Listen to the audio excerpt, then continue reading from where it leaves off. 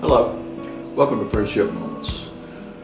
We're so glad you're watching our videos and we hope you're receiving a blessing from them.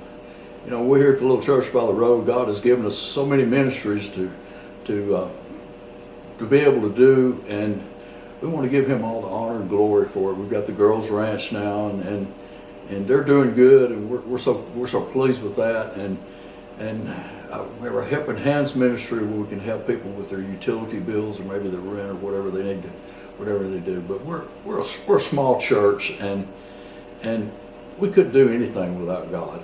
We just want to give Him all the honor and the credit for it. It's not us. We're just Christian people who love the Lord. You know, today my devotional is entitled "The Cambrian Effect." And I really didn't know what that was until I started reading Genesis, and I started reading some of the secular things that were about when the earth was formed and when things kind of came about. And scientists believe that it's called the Cambrian effect or the Cambrian explosion. And it's when scientists say that they describe a moment in time or a moment in life, in Earth's life, when things suddenly flourished with beauty, complexity, and purpose. A time when the fossil record, when complex creatures first appeared. Well, scientists really can't explain that. They don't have an answer. Why? For a long time it was just little bacteria type creatures and things of that sort, and then all of a sudden it was these complex creatures that appeared. It's in the fossil record, and they think, well, maybe the oxygen in the level of the earth changed or something. They don't know. They can't explain it, but the Bible explains it perfectly. And it starts in Genesis 1:1. It says, "In the beginning, God created the heavens and the earth."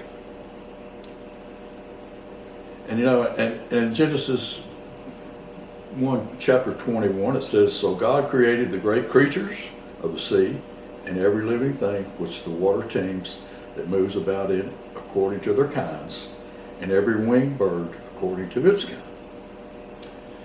You know, God creates with authority, and He creates with intention and with a purpose. And in Proverbs 16:4 it says, "The Lord has made everything for its purpose." You know, things that what seems to be sudden to human understanding is never rushed. It's never accidental in God's plan. 2 Peter 3:8 says, "With the Lord, a day is like 1,000 years, and 1,000 years is like a day." Now, the diversity of life reminds us that God is not limited by time, by process, or by expectation. When He speaks, life responds. This divine act of creation from absolutely nothing. Just as creation responds to God's command, we as Christians are invited to respond to His voice today. Now, growth, whether it is spiritual or physical, often comes in moments that feel unexpected but are divinely timed. Isaiah 60 verse 22 says, "When the time is right, I, the Lord, will make it happen." Where might God be bringing new life into your life today? We need to give Him the glory for that.